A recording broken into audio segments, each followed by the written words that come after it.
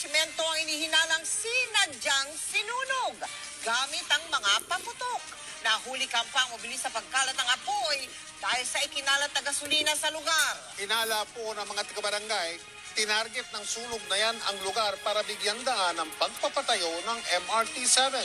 Lalo't hindi raw ito ang unang beses na nangyari ang ganyang klaseng kaganapan sa naturang lugar.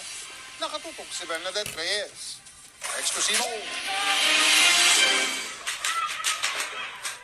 Pauwi nang mula sa trabaho magkaibigan Joshua at Dancel pasado alas 2 ng madaling araw kahapon. Nang makuna nila ng video ang sunog na ito sa barangay Pangarap Village, Caloocan. Pero bago raw nila nakita ang sunog, may nakasalubong silang 4 na lalaking tumatakbo at nagtatawanan. Ayon sa barangay, nagsindi pala ang mga ito ng mga paputok na nauwi sa malaking sunog. Putik yan, gasolina. Naglagay pa raw ang mga lalaki ng mga damit na binuhusan ng gasolina kaya mabilis na kumalat ang sunog. Agad naman itong naapula sa pagtutulungan ng mga residente. Gagi ka pa nagtatakbuhan eh. Sabi ko may tiniran na yun ah. Ayon sa nag-upload ng video, tumagal na 5 minuto ang sunog. May 4 na kalalakihan. Yung isa po medyo parang mga military cut po eh. Naglagay po ng 6 na galon ng mga gasolina na may halo po na pulbura, ignition equipment, yung parang mitsa, and then sinindihan po nila yon. Hinala ng barangay, ginagawa raw ito ng isang developer para raw mapaalis sa mga residente at magbigay daan sa construction ng MRT. Gusto nila lahat ng dadaanan ng MRT-7, matanggal po yan along Araneta Avenue and Banabay Street.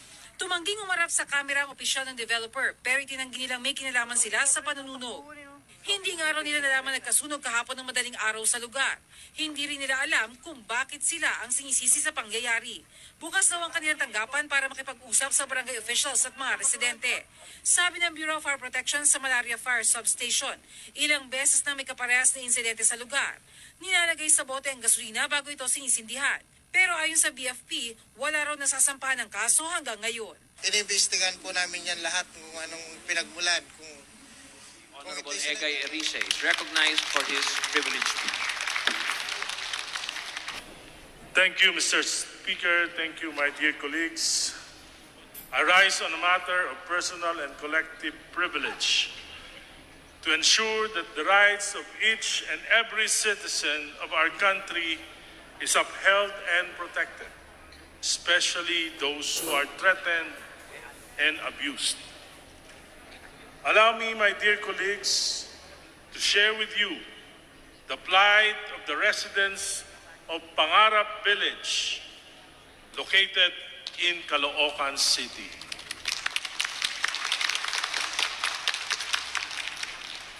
Here with us this afternoon are the 2 barangay captains of Pangarap Village.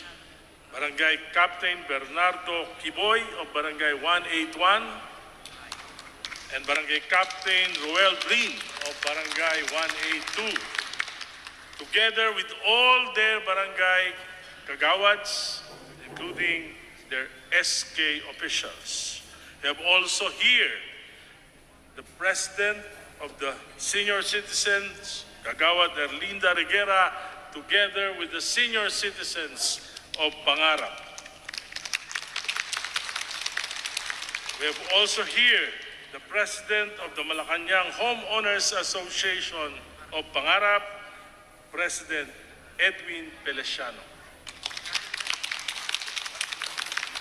Mr. Speaker, Pangarap Village is a 156-hectare land located in North Caloocan, near the boundaries of Quezon City, San Jose del Monte, Bulacan, and Montalban, Rizal.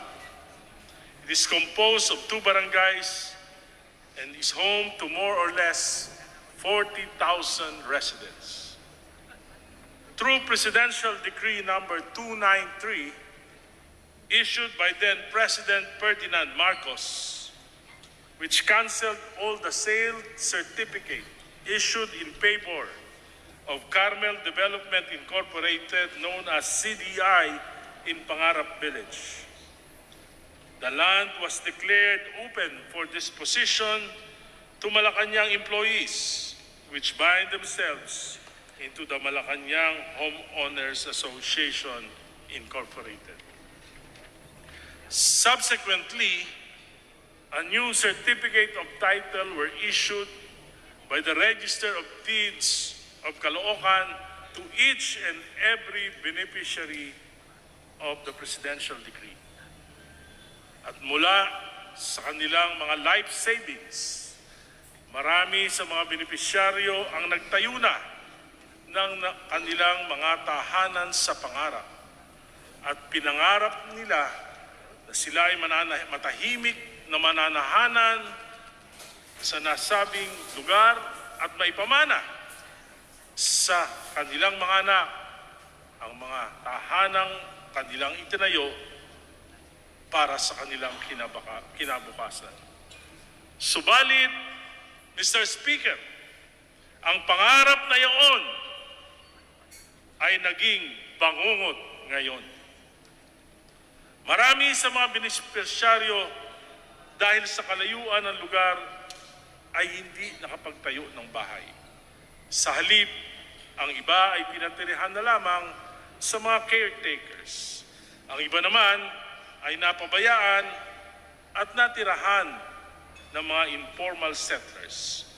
Kaya lumago ang populasyon sa tinataya mga 40,000. But in 1988, during the term of President Corazon Aquino, the Supreme Court declared PD 293 as unconstitutional. Dito po nagsimula na ang kalbaryo ng mga taga-pangarap. But as law-abiding citizens, the Malacańang Home Owners Association Incorporated have fought their battles in the courts, as their case now is pending before the Court of Appeals. Unlike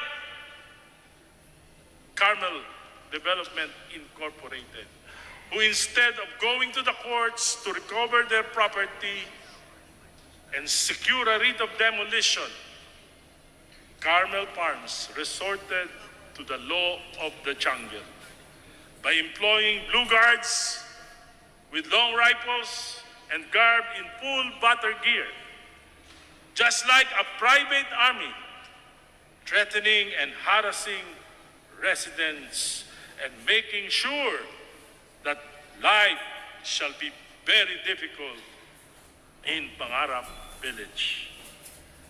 Our Constitution expressly states that no person shall be deprived of life, liberty, and property without the due process of the law, nor shall any person be denied the equal protection of laws.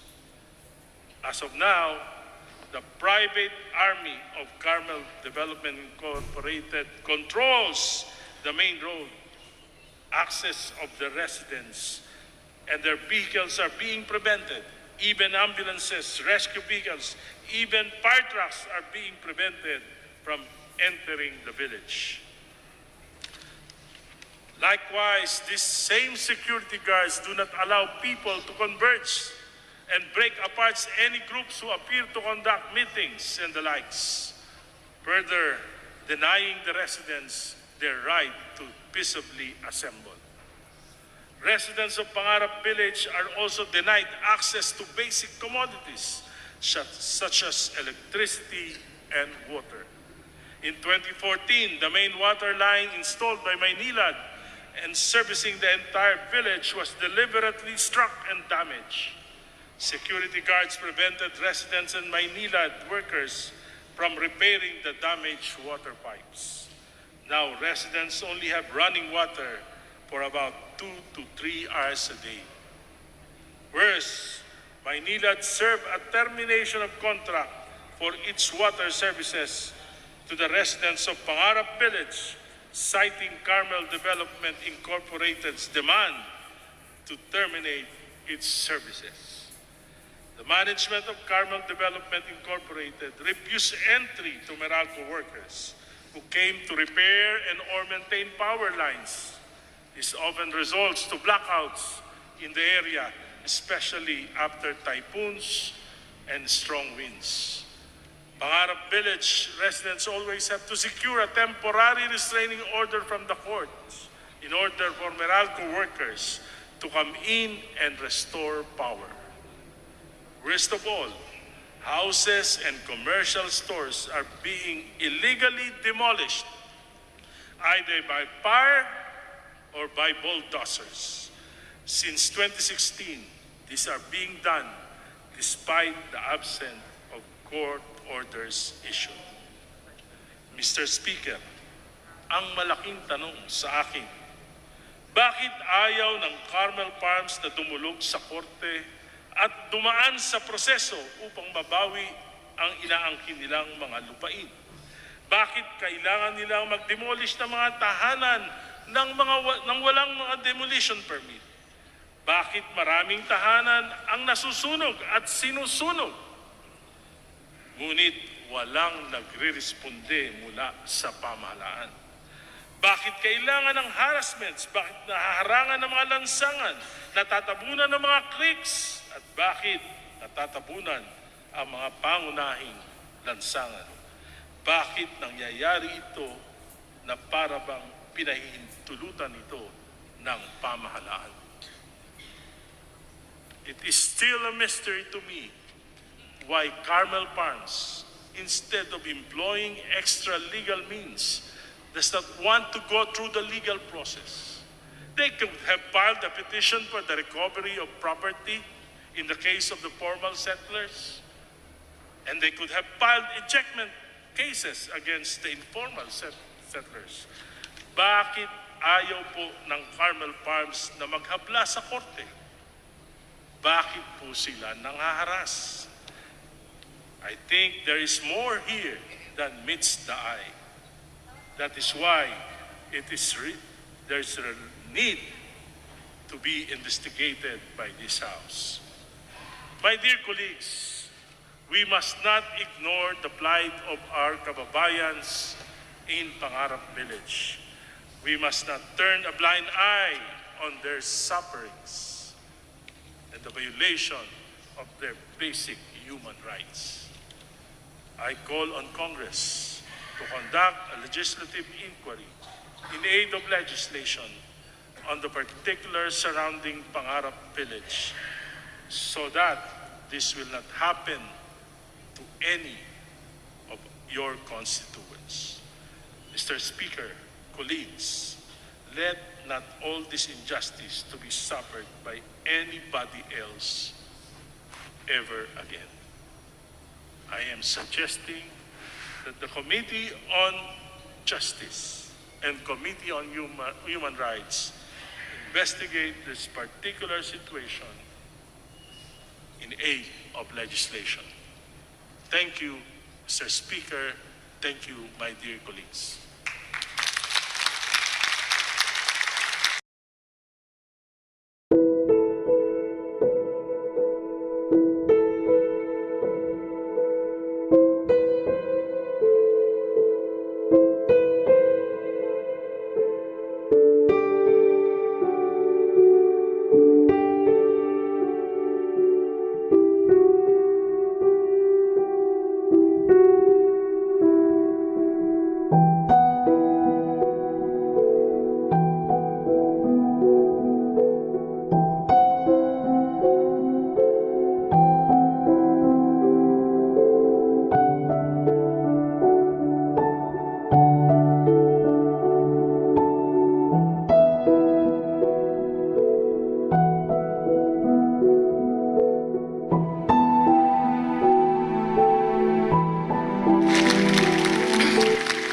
Majority Leader.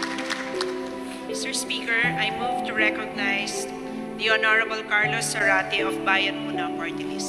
The Honorable Carlos Zarate is recognized for his interpellation. Maraming salamat po, Ginoong Speaker. Magandang hapon po sa ating lahat.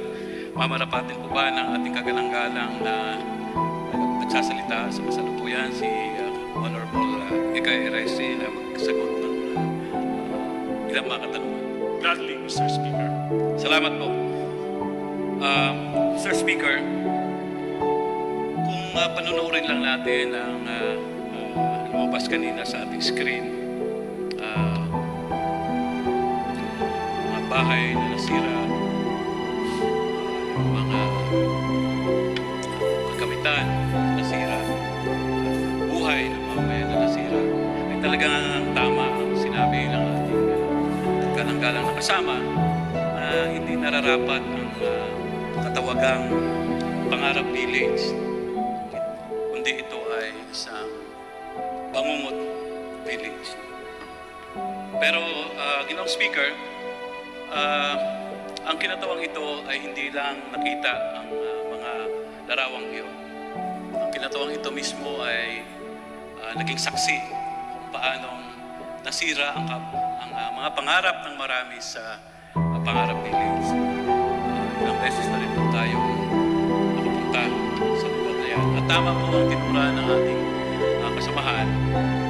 Isto lang ang Pangarap Village ay wala sa Pilipinas dahil ito ay pinag-aarihan ng isang malaking korporasyon na kahit na ang mga opisyal ng bayan, mga ng opisyal ay hindi pwedeng pumasok nang hindi dumaan sa kanila sinarang daanan. Siguro po ang una kong katanungan, nabanggit nyo kanina, Ginoong Speaker, kagalang-galang na Congressman Erice, ang buong village na ito, yung na sinasakupan ng dalawang barangay, ay dati nang idineklara na for disposition under Presidential Decree 293. Tama po ba yun? Tama po, Mr. Speaker. Bago po nagkaroon ng Presidential Decree 293, ano po ang status ng lupang ito na ngayon ay kinatitirikan ng mga kabahayan ng ating mga kababayan sa... Mr. Speaker, ito po ay inaangkin ng Carmel Development Incorporated at sa aking pagkakaalam, sila po ay binibenta po ang parte-parte ang nasabing lupain. So ito po ang Carmel Development Incorporated ay isa pong subdivision developer, tama po ba yun? Tama po. Ang Presidential Decree 293 ay in the 70s, tama po? Opo. During the term of President Ferdinand Marcos. At dahil po nagkaroon nga ng Presidential Decree at inayagan na ang mga dating mga empleyado ng Malacañang ay magtayo ng bahay doon, kaya nabuo yung Pangarap Village para yun sa mga dating empleyado ng Malacañang. Tama po ba yan? Tama po yun. At hanggang ngayon, marami pa rin sa mga anak at susunod na henerasyon ng mga empleyado yun, doon pa rin nakatira. Tama Yes, po ba? Mr. Speaker, second and third generation, I think, of the employees are, and even the Presidential Security Command personnel. Salamat po sa inyong kasagutan. At pagkatapos nga ng mapatalsik ang dating Pangulong Marcos ay napasama ang Presidential Decree 293 sa sinabi ninyo. Diniklara unconstitutional ng Korte Suprema. Tama po. Pero sa inyong pong pagkakalam, dahil na-declare na unconstitutional ang Presidential Decree 293, automatic po ba na ang naging occupation at paninirahan doon ng ating mga kababayan ay iligal sa tingin ninyo? Sa aking palagay po ay hindi po. Masalimuot ang legal issues. Marami pong sa aking pagkakaunawa, sa aking pagbabasa sa mga dangkal-dangkal na dokumento na ibinigay sa akin ng mga matagal na nakikipaglaban para sa isyong ito, napakamasalimuot po ng legal issues sa pangarap. Kaya nga po, sapagkat ngayon lang po ako nakakita ng isang developer na meron naman pong deklarasyon ang Korte Suprema na unconstitutional yung presidential decree na yon. Tataka po ako bakit hindi nagpa-file ng petition for the recovery of the property o kaya i-checkmate sa mga nakatira na informal settlers. Sa palagay ko po, ito yung tamang proseso, legal na proseso para mabawi niya yung inaangkin niyang lupain. Salamat po doon sa kasagutan ninyo. Tama po kayo, no? Dahil kahit na yung usapin ng sila nga ba ang tunay na may-ari ng lupang yan ay masalimuot din, no? Kaya nga po, ang mga mamamayan na nakatira sa Pangarap ay maliban doon sa usaping legal ay naghahanap sila ng isang katugunan o solusyon, no? Beyond legalism sa ating mga iba't ibang ahensya ng pamahalaan. Alam niyo po ba ito o tama po ba ang aking tinuran, Ginoon? Tama po. At sa aking pagkakaunawa, ang pangunahing dahilan ni dating Pangulong Marcos na ito na kanyang kansilahin ang titulo ng Carmel Development Incorporated ay sa paniniwala niya ay spurious at hindi tama ang kanilang pagmamay-ari ng nasabing lupain. Kaya nga po ang pagdedeklara ng Korte Suprema na unconstitutional ang presidential decree, hindi naman nangangahulugan na ika nga ay basta-basta na lamang makukuha niya ang property na yon without going through the legal process. Tama po.